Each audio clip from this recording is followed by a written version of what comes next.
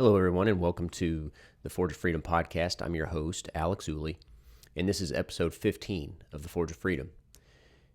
Today, we are going to be discussing a short story or an essay by Leonard Read called I, Pencil. But before we do, I just want to tell you a little bit about the podcast. I'm an attorney, a firearms instructor, and a husband with a passion for freedom. At the Forge of Freedom, we believe that freedom is the highest political goal, and we believe that individuals thrive where freedom and personal responsibility coexist. Without a populace that shares a passion for freedom and personal responsibility, the world can quickly devolve into tyranny. And it is our hope that this podcast can help motivate our listeners and those around them to create and preserve freedom for themselves and for future generations. But the task of creating and preserving freedom is not an easy one. Freedom is not given to us by government, and it is not passed on in the bloodstream. Freedom is forged through personal responsibility and continued vigilance, and we want to motivate you and equip you with the knowledge, the skills, and the attitude to develop your body, mind, and soul for the task of living a freer life and creating a freer world. We want you to have the body of an athlete, the mind of a stoic, and the spirit of a warrior. We want you to be the Forge of Freedom. With that said, once again, I'm your host, Alex Ooley, and this is episode 15 of the Forge of Freedom. Today I'm going to share a short story with you that had an outsized impact on my worldview as a young and impressionable person. The story is called I, Pencil, and it is an essay written by Leonard Read, who was the founder of the Foundation for Economic Education, which you've heard me mention a few times on this show. But it's one of the first free market think tanks in the United States. The essay is written in the first person from the point of view of a pencil. The pencil details the complexity of its own creation, listing its components: cedar, lacquer, graphite, factus, pumice, wax, and glue, and the numerous people involved down to the sweeper in the factory and the lighthouse keeper guiding the shipment into port. It demonstrates the power of the free market and the futility of central planning. And it is a story whose lessons are important to remember because it shows how individuals acting in their self-interest can and do create a world that promotes freedom, prosperity, and harmony. With that said, let's get to it. So I'm going to start with a short introduction by Lawrence Reed, and I'm not going to read it in its entirety, but I think it's worth sharing. Ideas are most powerful when they're wrapped in a compelling story. Leonard's main point: economies can hardly be planned when not one soul possesses all the know-how and skills to produce a simple pencil, unfolds in the enchanting words of a pencil itself. Leonard could have written I car or I airplane, but choosing those more complex items would have muted the message. No one person, repeat, no one, no matter how smart or how many degrees follow his name, could create from scratch a small, everyday pencil, let alone a car or an airplane. Indeed, a major influence on Read's thinking in this regard was Hayek's famous 1945 article, The Use of Knowledge in Society. In demolishing the spurious claims of the socialists of the day, Hayek wrote, "This is not a dispute about whether planning is to be done or not. It is a dispute as to whether planning is to be done centrally, by one authority for the whole economic system, or is to be divided among many individuals." Maximilien Robespierre is said to have blessed the horrific French Revolution with this chilling declaration. It's in French originally, but the translation is this: "One can't expect to make an omelet without breaking eggs." A consummate statist who worked tirelessly to plan the lives of others, he would become the architect of the revolution's bloodiest phase, the Reign of Terror of 1793 to 1794. Robespierre and his guillotine broke eggs by the thousands in a vain effort to impose a utopian society with government planners at the top and everybody else at the bottom. That French experience is but one example in a disturbingly familiar pattern. Call them what you will, socialists, interventionists, collectivists, statists. History is littered with their presumptuous plans for rearranging society to fit their vision of the common good, plans that always fail as they kill or impoverish other people in the process. If socialism ever earns a final epitaph, it will be this: here lies a contrivance engineered by know-it-alls who broke eggs with abandon, but never, ever created an omelet. None of the Robespierres of the world knew how to make a pencil, yet they wanted to remake entire societies. How utterly preposterous and mournfully tragic. But we will miss a large implication of Leonard Read's message if we assume it aims only at the tyrants whose names we all know. The lesson of iPencil is not that error begins when the planners plan big. It begins the moment one tosses humility aside, assumes he knows the unknowable, and employs the force of the state against peaceful individuals. That's not just a national disease. It can be very local indeed. In our midst are people who think that if only they had government power on their side, they could pick tomorrow's winners and losers in the marketplace, set prices or rents where they ought to be, decide which forms of energy should power our homes and cars, and choose which industries should survive and which should die. They should stop for a few moments and learn a little humility from a lowly writing implement. While iPencil shoots down the baseless expectations for central planning, it provides a supremely uplifting perspective of the individual. Guided by Adam Smith's invisible hand of prices, property, profits, and incentives, free people accomplish economic miracles of which socialist theoreticians can only dream. As the interests of countless individuals from around the world converge to produce pencils without a single mastermind, so do they also come together in free markets to feed, clothe, house, educate, and entertain hundreds of millions of people at even higher levels. With great pride, Fee publishes this new edition of iPencil. Someday, there will be a centennial edition, maybe even a millennial one. This essay is truly one for the ages. All right, so like I said, that was an introduction by Lawrence Reed. Now we're going to get into iPencil itself. Again, this is an essay by Leonard Reed, iPencil.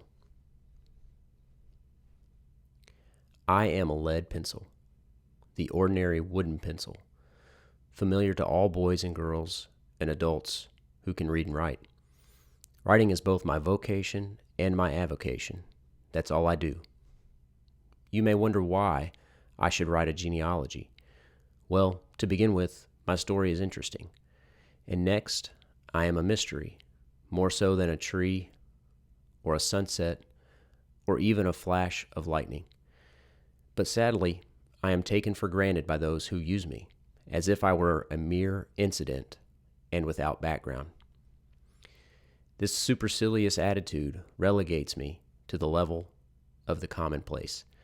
This is a species of the grievous error in which mankind cannot too long persist without peril. For the wise G.K. Chesterton observed, "We are perishing for want of wonder, not for want of wonders." iPencil, simple though I appear to be, merit your wonder and awe, a claim I shall attempt to prove. In fact, if you can understand me, no, that's too much to ask of anyone. If you can become aware of the miraculousness which I symbolize, you can help save the freedom mankind is so unhappily losing. I have a profound lesson to teach, and I can teach this lesson better than can an automobile or an airplane or a mechanical dishwasher because I am seemingly so simple. Simple, yet not a single person on the face of this earth knows how to make me. This sounds fantastic, doesn't it? Especially when it is realized that there are about 1.5 billion of my kind produced in the USA each year. Pick me up and look me over. What do you see? Not much meets the eye. There's some wood, lacquer, the printed labeling, graphite lead, a bit of metal, and an eraser.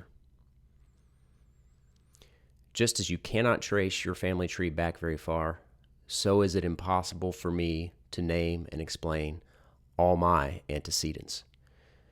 But I would like to suggest enough of them to impress upon you the richness and complexity of my background. My family tree begins with what in fact is a tree, a cedar of straight grain that grows in Northern California and Oregon. Now contemplate all the saws and trucks and rope and the countless other gear used in harvesting and carting the cedar logs to the railroad siding. Think of all the persons and the numberless skills that went into their fabrication, the mining of ore, the making of steel, and its refinement into saws, axes, motors, the growing of hemp and bringing it through all the stages to heavy and strong rope, the logging camps with their beds and mess halls, the cookery and the raising of all the foods. Why, untold thousands of persons had a hand in every cup of coffee the loggers drink. The logs are shipped to a mill in San Leandro, California. Can you imagine the individuals who make flat cars and rails and railroad engines and who construct and install the communication systems incidental thereto? These legions are among my antecedents. Consider the millwork in San Leandro. The cedar logs are cut into small, pencil-length slats, less than 1/4 of an inch in thickness. These are kiln-dried and then tinted for the same reason women put rouge on their faces. People prefer that I look pretty, not a pallid white. The slats are waxed and kiln-dried again. How many skills went into the making of the tint and the kilns, into supplying the heat, the light and power, the belts, motors, and all the other things a mill requires. Sweepers in the mill among my ancestors? Yes, and included are the men who poured the concrete for the dam of a Pacific Gas and Electric Company hydroplant, which supplies the mill's power. Don't overlook the ancestors present and distant who have had a hand in transporting 60 carloads of slats across the nation. Once in the pencil factory, $4 million in machinery and building, all capital accumulated by thrifty and saving parents of mine. Each slat is given 8 grooves by a complex machine, after which another machine lays lead in every other slat, applies glue, and places another slat atop a lead sandwich, so to speak. 7 brothers and I are mechanically carved from this wood-clinched sandwich. My lead itself, it contains no lead at all, is complex. The graphite is mined in Ceylon, Sri Lanka. Consider these miners and those who make their many tools, and the makers of the paper sacks in which the graphite is shipped, and those who make the string that ties the sacks, and those who put them aboard ships, and those who make the ships. Even the lighthouse keepers along the way assisted in my birth, and the harbor pilots. The graphite is mixed with clay from Mississippi, in which ammonium hydroxide is used in the refining process. Then wetting agents are added, such as sulfonated tallow, animal fats chemically reacted with sulfuric acid.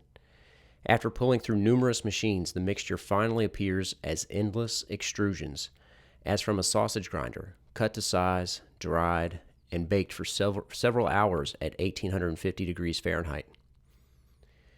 To increase their strength and smoothness, the leads are then treated with a hot mixture, which includes a candelilla wax from Mexico, paraffin wax, and hydrogenated natural fats. My cedar receives 6 coats of lacquer. Do you know all the ingredients of lacquer? Who would think that the growers of castor beans and the refiners of castor oil are a part of it? They are. Why, even the processes by which the lacquer is made, a beautiful yellow, involve the skills of more persons than one can enumerate. Observing the labeling, that's a film formed by applying heat to carbon black mixed with resins. How do you make resins, and what, pray, is carbon black? My bit of metal, the ferrule, is brass. Think of all the persons who mine zinc and copper, and those who have the skills to make shiny sheet brass from these products of nature. Those black rings on my ferrule are black nickel. What is black nickel, and how is it applied? The complete story of why the center of my ferrule has no black nickel on it would take pages to explain. Then there's my crowning glory, inelegantly referred to in the trade as the plug, the part man uses to erase the errors he makes with me. An ingredient called factus is what does the erasing. It is a rubber-like product made by reacting rapeseed oil from the Dutch East Indies, Indonesia, with sulfur chloride. Rubber, contrary to the common notion, is only for binding purposes. Then, too, there are numerous vulcanizing and accelerating agents. The pumice comes from Italy, and the pigment which gives the plug its color is cadmium sulfide. Does anyone wish to challenge my earlier assertion that no single person on the face of this earth knows how to make me? Actually, millions of human beings have had a hand in my creation, no one of whom even knows more than a very few of the others. Now, you may say that I go too far in relating the picker of a coffee berry in far-off Brazil and food growers elsewhere to my creation, that this is an extreme position. I shall stand by my claim. There isn't a single person in all these millions, including the president of the pencil company, who contributes more than a tiny, infinitesimal bit of know-how. From the standpoint of know-how, the only difference between the miner of graphite in Ceylon and the logger in Oregon is in the type of know-how. Neither the miner nor the logger can be dispensed with, any more than can the chemist at the factory or the worker in the oil field, paraffin being a byproduct of petroleum. Here is an astounding fact.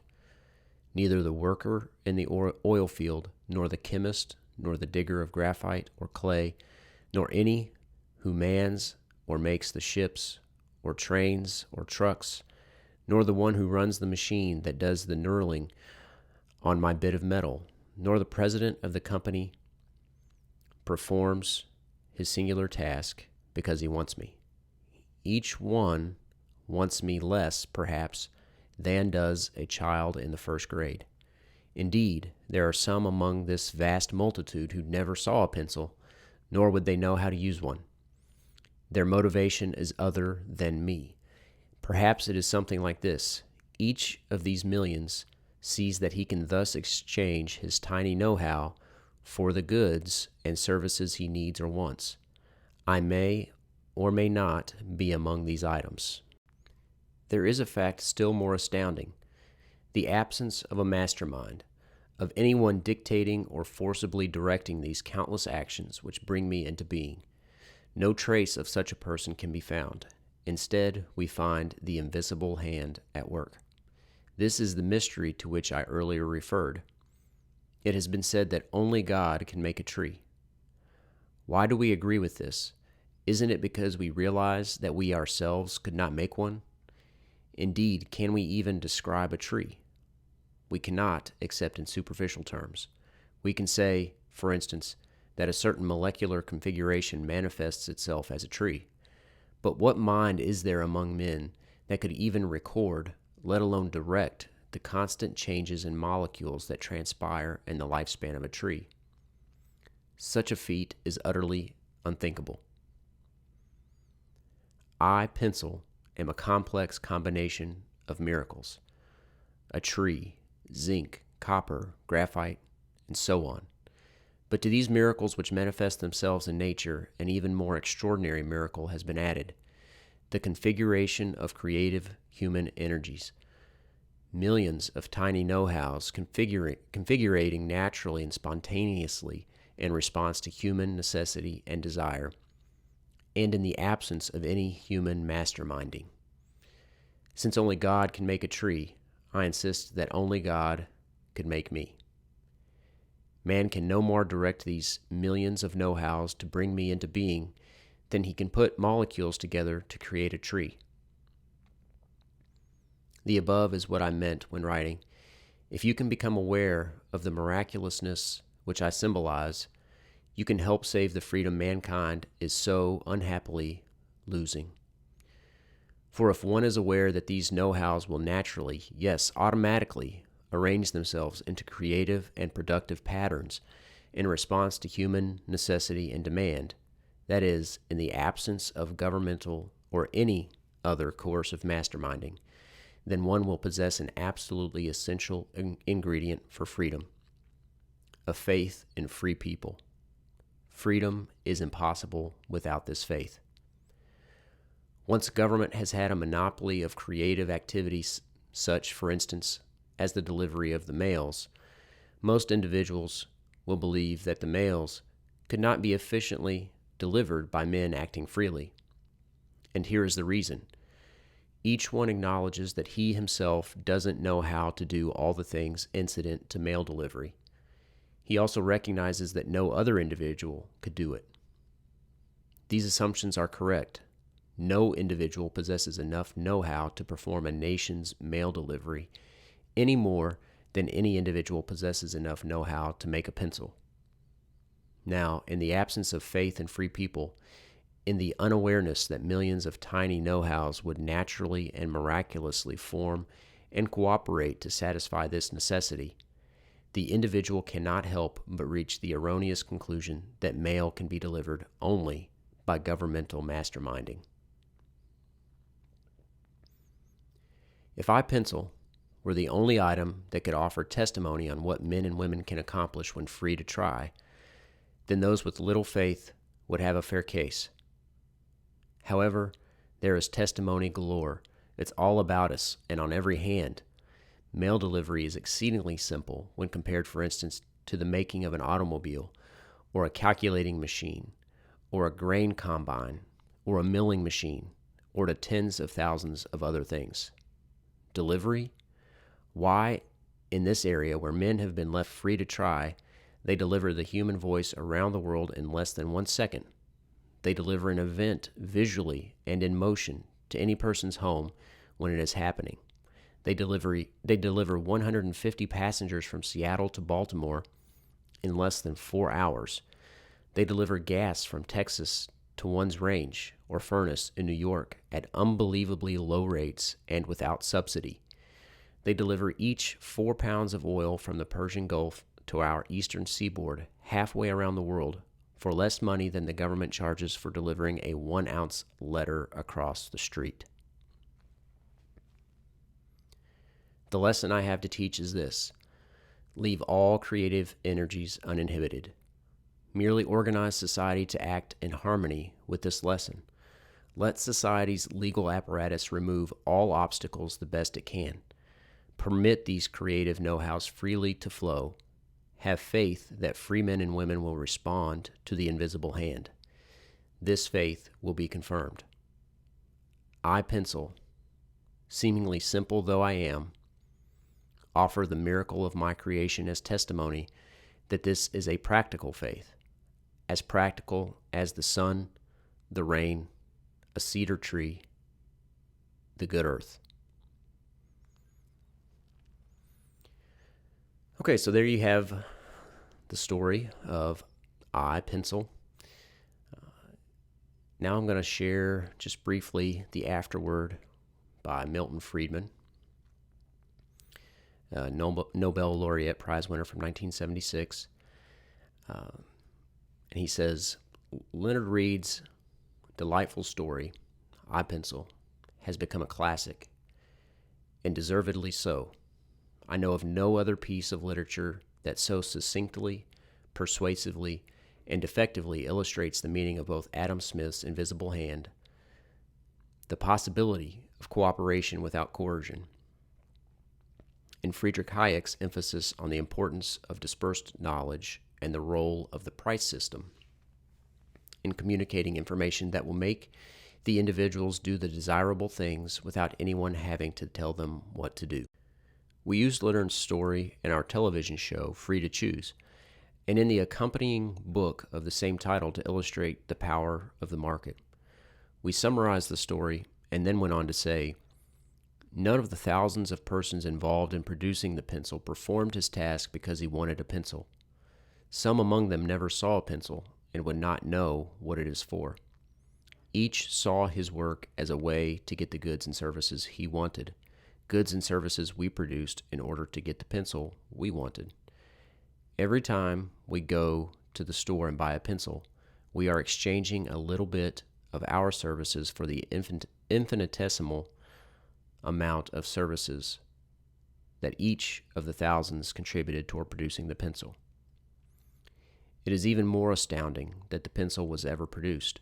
No one sitting in a central office gave orders to these thousands of people. No military police enforced the orders that were not given.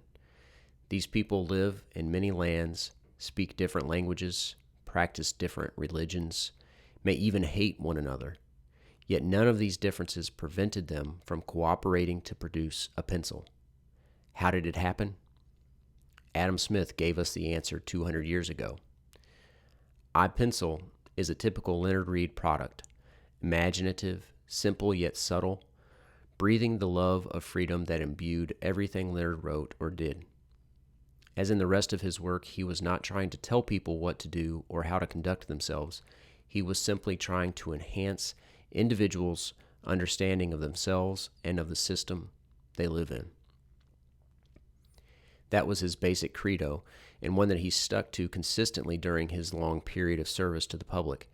Not public service in the sense of government service. Whatever the pressure, he stuck to his guns, refusing to compromise his principles.